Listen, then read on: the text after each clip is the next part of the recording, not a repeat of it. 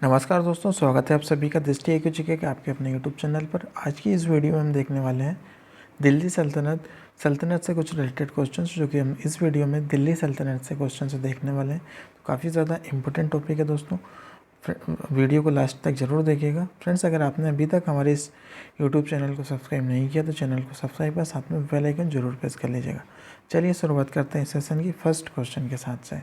First question है हमारा, गजनी का वह प्रथम शासक कौन था जो खलीफाओं से सुल्तान की उपाधि धारण कर सुल्तान कहने वाला प्रथम शासक बना था। तो दोस्तों, जो खलीफाओं से सुल्तान की उपाधि प्राप्त करने वाला पहला सुल्तान कहलाने वाला शासक कौन था? तो सही जवाब होगा option number B, Mahmud Ghaznavi. Mahmud Ghaznavi दोस्तों, जो कि सुल्तान की उपाधि धारण करने वाला पहला मुस्लिम शासक था। तो आपको ये याद रखना है कि जो सुल्तान की उपाधि धारण की थी वो शासक कौन था? तो वो था महमूद गजनवी। तो ऑप्शन नंबर बी इसका सही जवाब हो जाएगा। फ्रेंड्स, आप भी मुझे नीचे कमेंट में कमेंट करके इन क्वेश्चनों का जवाब दीजिए और स्कोर कीजिए कि आपने इन 50 क्वेश्चनों में से कितने सवालों को सही जवाब दिया है। ठीक है, चलिए आगे बढ़ते हैं। नेक्स्ट क्वेश्चन होगा, महमूद गजनवी के सभी आक्रमणों में सर्वाधिक महत्वपूर्ण आक्रमण कौन सा था? तो दोस्तों, महमूद गजनवी ने 1000 ईस्वी से 1026 ईस्वी के बीच जो भी युद्ध लड़े थे उनमें से महत्वपूर्ण आक्रमण कौन सा था? इसका था मुल्तान पंडिया का आक्रमण और नारायणपुर का आक्रमण, सोमनाथ पर आक्रमण या फिर कालिंजर पर आक्रमण। तो इनमें से सही जवाब होगा ऑप्शन नंबर सी, सोमनाथ मंदिर पर आक्रमण। ठीक है, तो सोमनाथ मंदिर पर जो कि महमूद गजनवी में 1025 ईस्वी में यहाँ पर आक्रमण किया था। तो ये काफ़ी ज़्यादा इम्पोर्टेंट है, आप इसको याद रखना है। सोमनाथ मंदिर पर इसने आक्रमण किया था 1025 ईस्वी में और यहाँ पर लूटपाट की थी इसने और मंदिरों को यहाँ पर इसने तोड़ा था। तो आपको ऑप्शन नंबर सी याद रखना है कि महमूद गजनवी ने 1025 ईस्वी में सोमनाथ मंदिर पर आक्रमण किया था। आगे बढ़ते हैं नेक्स्ट क्वेश्चन की तरफ। नेक्स्ट क्वेश्चन होगा, महमूद गजनवी के भारत पर आक्रमण का उद्देश्य क्या था? तो महमूद गजनवी का जो भारत पर उसने आक्रमण करा उसका उद्देश्य था कि मध्य एशिया में एक बड़े साम्राज्य की स्थापना के लिए धन प्राप्त करना।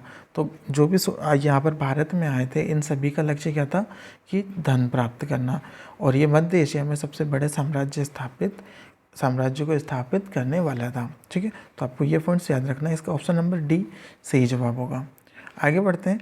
नेक्स्ट होगा, महमूद गजनवी के भारत पर आक्रमण के समय भारत आए विद्वान अल बरूनी ने किस महत्वपूर्ण ग्रंथ की रचना की थी? तो आपको यहाँ 2 क्वेश्चंस कंप्लीट हो रहे हैं।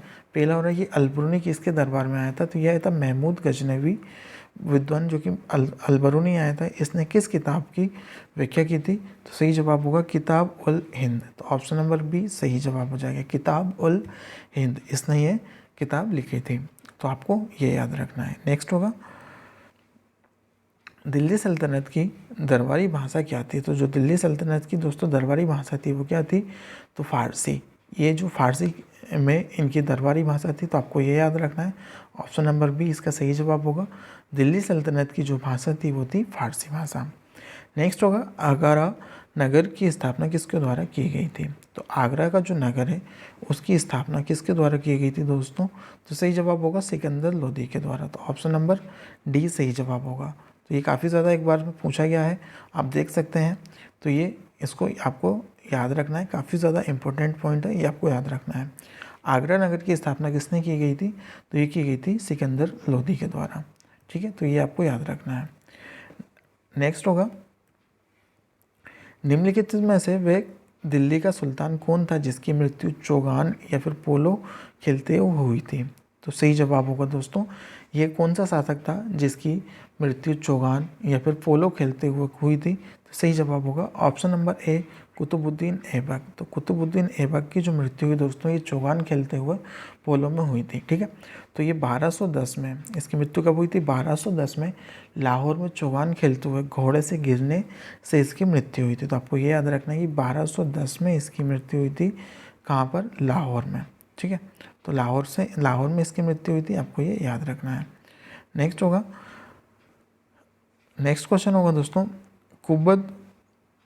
कुव्वत उल इस्लाम मस्जिद का निर्माण किसके द्वारा किया गया था? तो कुव्वत उल इस्लाम मस्जिद का निर्माण किसके द्वारा किया गया था? ये किया गया था कुतुबुद्दीन ऐबक के द्वारा। तो इसी ने ये मस्जिद का निर्माण करवाया था। और ये कहाँ पर करवाया था? ये इसने गुलाम वंश का शासक था, जो कि इसने दिल्ली के कुतुब मीनार के पास एक मस्जिद का निर्माण करवाया था, जो कि दिल्ली के कुतुब मीनार के पास ही करवाया था। तो आपको ये याद रखना है, ठीक है। और यहाँ पर ये इसके घोड़े से गिरने के बाद इसने इसके जो शासक था इसका अगला था, वो कौन सा था? तो ये आराम सा था, इसका पुत्र इसको गद्दी पर बैठा था इसके बाद, ठीक है। तो आपको ये याद रखना है। नेक्स्ट होगा, नेक्स्ट क्वेश्चन की तरफ बढ़ते हैं। तराइन की पहली लड़ाई 1191 ईस्वी में निम्नलिखित में से किन के बीच हुई थी? तो आपको ये काफ़ी ज़्यादा इंपॉर्टेंट पॉइंट है। तराइन की जो लड़ाई हुई थी दोस्तों 1191 में, ये किसके बीच हुई थी? तो आपको ये याद रखना है, ये हुई थी मोहम्मद गोरी और पृथ्वीराज चौहान के बीच। तो मोहम्मद गोरी और पृथ्वीराज चौहान के बीच ये लड़ाई हुई थी। तो आपको ये याद रखना है। ऑप्शन नंबर बी सही जवाब होगा। नेक्स्ट क्वेश्चन की तरफ बढ़ते हैं। नेक्स्ट क्वेश्चन होगा दोस्तों हमारा, निम्नलिखित में से किस खिलजी शासक ने दिल्ली के राजसिंहासन बैठने के लिए अपने ससुर की हत्या की थी? तो सही जवाब होगा इसका क्या हो जाएगा? Option number D Alauddin Khilji ने। तो अलाउद्दीन खिलजी ने दोस्तों अपने राजसिंहासन पर बैठने के लिए अपने ससुर की हत्या कर दी थी। तो इसका सही जवाब होगा option number D. Next question होगा, रजिया सुल्तान किसकी बेटी थी? तो आपको सभी को पता ही होगा कि जो रजिया सुल्तान है ये किसकी बेटी थी? ये इल्तुतमिश की बेटी थी। तो ऑप्शन नंबर ए सही जवाब होगा। रजिया सुल्तान दोस्तों जो कि इल्तुतमिश की बेटी थी। तो आपको ये याद रखना है। नेक्स्ट क्वेश्चन होगा, मोहम्मद गोरी विजित प्रदेशों की देखभाल के लिए निम्नलिखित में से किस विश्वसनीय जनरल को छोड़कर गया था? तो जो कि मोहम्मद गोरी अब विजित प्रदेशों की देखभाल करने के लिए अपने किस विश्वसनीय जनरल को छोड़ के गया था? तो ये कुतुबुद्दीन ऐबक को छोड़ के गया था। तो ऑप्शन नंबर सी इसका सही जवाब होगा। नेक्स्ट होगा, नेक्स्ट क्वेश्चन होगा दोस्तों हमारा, किसके शासनकाल में सबसे अधिक मंगोल आक्रमण हुए थे?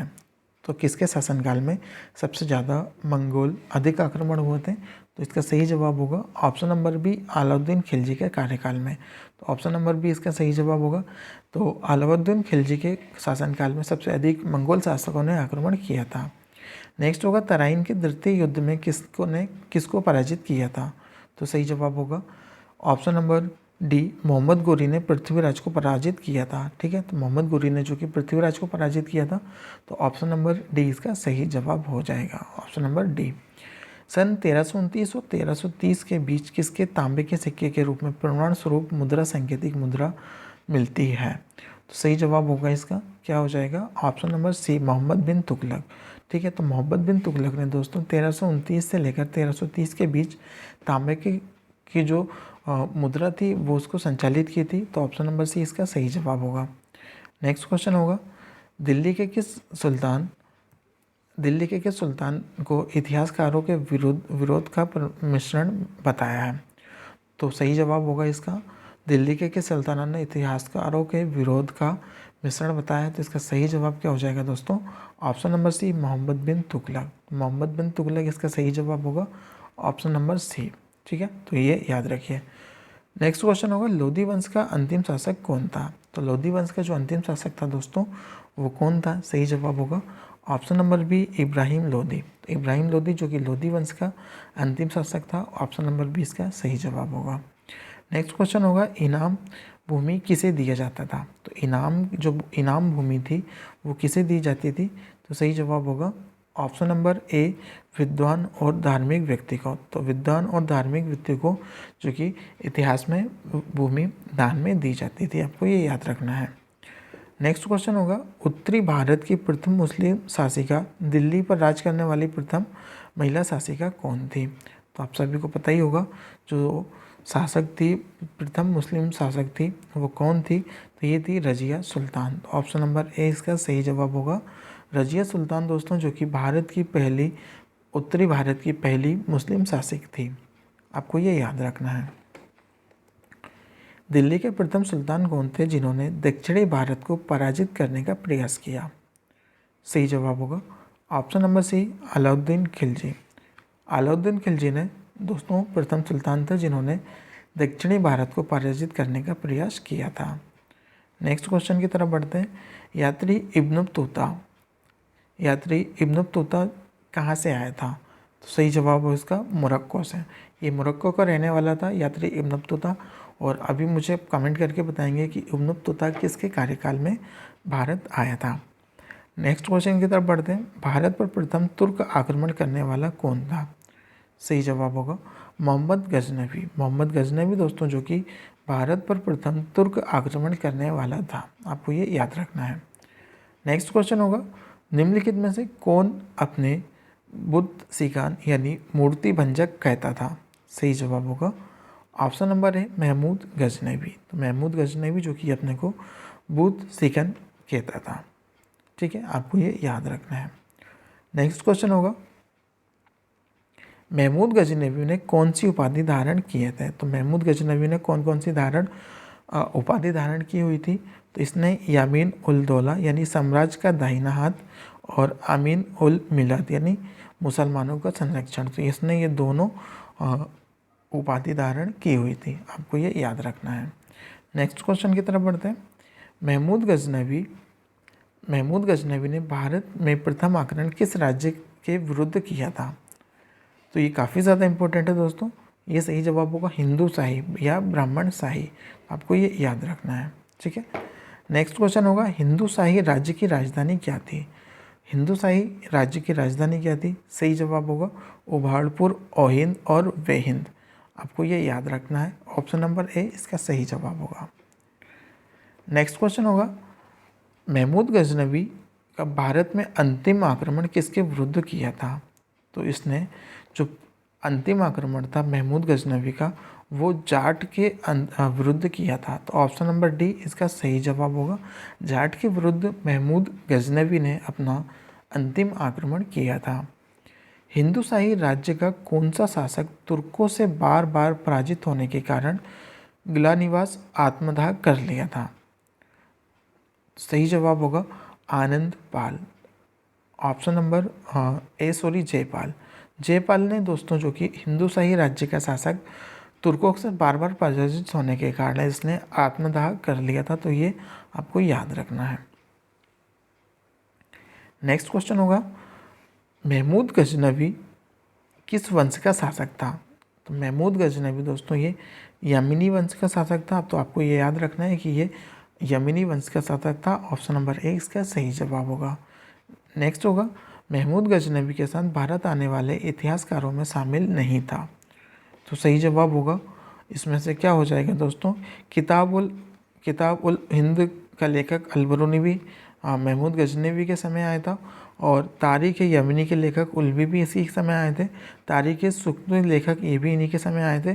तो शाहनाम का लेखक फिरदौसी ये दोस्तों इसके कार्यकाल में नहीं आए थे। तो ऑप्शन नंबर ए इसका सही जवाब होगा, जो कि शाहनामा का लेखक फिरदौसी महमूद गजनवी के साथ नहीं आए थे। आपको ये याद रखना है। नेक्स्ट होगा, महमूद गजनवी के आक्रमण के परिणाम स्वरूप कौन सा शहर फारसी का केंद्र बना था? फारसी संस्कृति केंद्र बना था। तो सही जवाब होगा ऑप्शन नंबर ए लाहौर। तो लाहौर में दोस्तों जो कि महमूद गजनवी के आक्रमण के परिणाम स्वरूप फारसी संस्कृति का ये केंद्र बना था लाहौर। नेक्स्ट होगा, निम्नलिखित में से किसने ढोल की तेज आवाज़ के साथ एक महिला को अपने पति की चिता के साथ स्वतः जला देने के दृश्य का भयानक चित्रण किया है? तो ये काफ़ी ज़्यादा इंपॉर्टेंट टॉपिक है दोस्तों, पॉइंट है, तो आपको ये याद रखना है। तो ये इसका सही जवाब क्या हो जाएगा? ऑप्शन नंबर ए इब्न बतूता ने। ठीक है, तो इब्न बतूता ने इसका चित्रण किया था। तो ऑप्शन नंबर ए इसका सही जवाब होगा। आगे बढ़ते हैं। भारत में मुस्लिम राज का संस्थापक माना जाता है।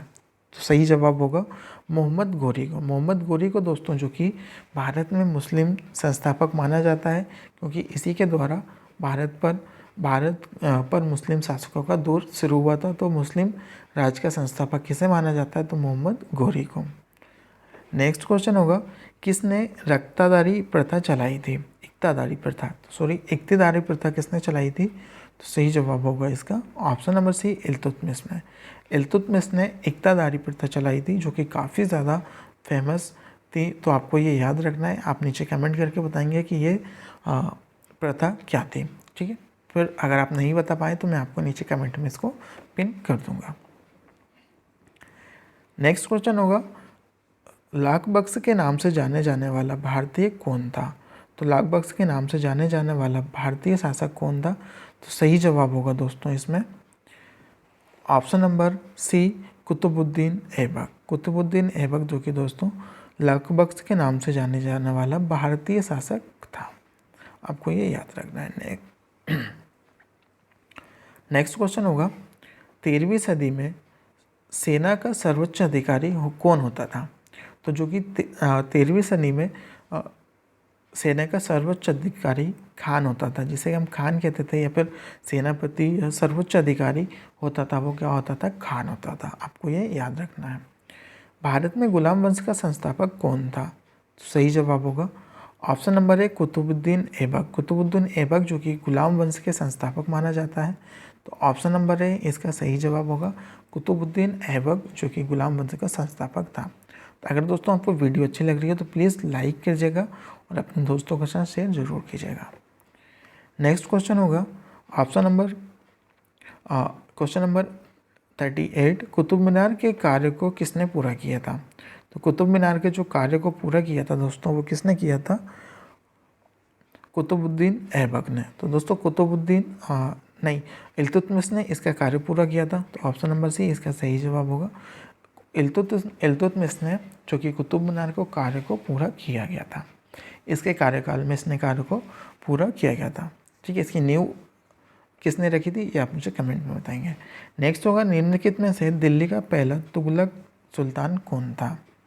तो गयासुद्दीन तुगलक जो कि दिल्ली का पहला सुल्तान था, तुगलक सुल्तान। आपको ये याद रखना है। आगे बढ़ते हैं। नेक्स्ट क्वेश्चन होगा, पंजाब के हिंदू शाही राजवंश को किसने स्थापित किया था? तो पंजाब के जो हिंदू शाही राजवंश को किसने स्थापित किया था? तो ये कल्लर ने स्थापित किया था। ऑप्शन नंबर बी इसका सही जवाब होगा। कल्लर जो कि पंजाबी शासक थे, हिंदू शाही राजवंश को इसने स्थापित किया था। वह रोमन सम्राट एंगस्टस की भांति सावधान था कि वे दूसरों की तरह शक्तिशाली ना लगे और वे दूसरों के स्तर से अधिक ना लगे। ये संदर्भ किसका है? तो सही जवाब होगा ये बेहलोल लोदी का संदर्भ है। नेक्स्ट होगा, अल-बरेलू किसके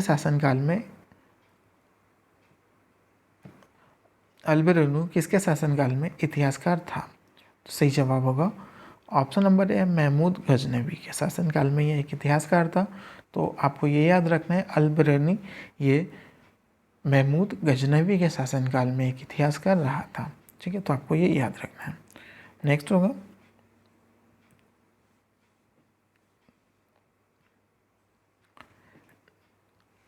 निम्नलिखित में से कौन सा शासक दास गुलाम राजवंश से संबंधित नहीं है? तो ऑप्शंस होंगे इल्तुतमिश, हुमायूं, अकबर और शाहजहां। तो इसका सही जवाब होगा इल्तुतमिश, जो कि दोस्तों गुलाम वंश या दास शासक से संबंधित नहीं है। नेक्स्ट क्वेश्चन होगा, दक्षिणी अफ्रीका यात्री इब्न बतूता किसके शासनकाल में भारत आया था? तो ये दक्षिणी अफ्रीकी यात्री था इब्न बतूता, जो कि किसके कार्यकाल में भारत आया था? तो ये मोहम्मद बिन तुगलक के कार्यकाल में भारत आया था। तो ऑप्शन नंबर सी इसका सही जवाब हो जाएगा। ठीक है, तो आपको ये याद रखना है। नेक्स्ट क्वेश्चन की तरफ बढ़ते हैं। महमूद गजनवी ने भारत पर कितनी बार आक्रमण किया था? तो जो महमूद गजनवी ने भारत पर कितनी बार आक्रमण किया था दोस्तों? तो इसने भारत पर लगभग 15 बार से लेकर 17 बार, इसने 17 बार, कुल 17 बार इसने भारत पर आक्रमण किया था। तो आपको ये याद रखना है कि महमूद गजनवी ने भारत पर 17 बार आक्रमण किया था। नेक्स्ट होगा, किसने अपने आप को खलीफा घोषित किया था? ये कहा था इसने मुबारक शाह खिलजी ने। मुबारक शाह खिलजी ने दोस्तों अपने आप को खलीफा की उपाधि धारण की थी। ठीक है, खलीफा की उपाधि इसने अपने आप ही धारण कर ली थी। लोधी वंश का संस्थापक कौन था? तो लोधी वंश का जो संस्थापक था दोस्तों वह कौन था? ये था बेहलोल लोधी। ऑप्शन नंबर सी इसका सही जवाब हो जाएगा बेहलोल लोधी, जो कि लोधी वंश का संस्थापक रहा था। नेक्स्ट होगा, भारतीय इतिहास में बाजार नियमों मूल्य नियंत्रण पद्धति की शुरुआत किसने की थी? तो सही जवाब होगा दोस्तों इसका option number D, Alauddin Khilji ने। अलाउद्दीन खिलजी ने दोस्तों जो कि भारतीय इतिहास में बाजार नियमों मूल्य नियंत्रण पद्धति की शुरुआत की थी, अलाउद्दीन खिलजी ने। नेक्स्ट क्वेश्चन होगा, राज्य संबंधों में उलेमा के दखल का विरोध किस सुल्तान ने किया था? तो सही जवाब होगा दोस्तों इसका। और आज का आखिरी क्वेश्चन है, तो इस क्वेश्चन का आप मुझे नीचे कमेंट करके आंसर बताएंगे, ठीक है। तो क्वेश्चन क्या है, राज्य संबंधों में उलेमा के दखल का विरोध किस सुल्तान ने किया था? तो ऑप्शन सी आपके सामने है दोस्तों। इस क्वेश्चन का आपको नीचे कमेंट बॉक्स में आंसर देना है, ठीक है। और दोस्तों फ्रेंड्स, अगर वीडियो आपको अच्छी लगी हो तो प्लीज़ वीडियो को लाइक कीजिएगा, है ना, और अपने दोस्तों के साथ शेयर ज़रूर कीजिए और चैनल को सब्सक्राइब जरूर कर लीजिएगा ताकि आने वाली लेटेस्ट वीडियोस की नोटिफिकेशन आपको मिलती रहे। और चैनल को सब्सक्राइब जरूर कर लीजिएगा, बेल आइकन प्रेस कर लीजिएगा। अगर आप टेलीग्राम ग्रुप से ज्वाइन होना चाहते हैं तो लिंक नीचे डिस्क्रिप्शन बॉक्स में दी हुई है, आप वहाँ जाकर ज्वाइन कर सकते हैं, ठीक है। चलिए मिलते हैं एक नई वीडियो के साथ, तब तक के लिए बाय बाय, जय हिंद।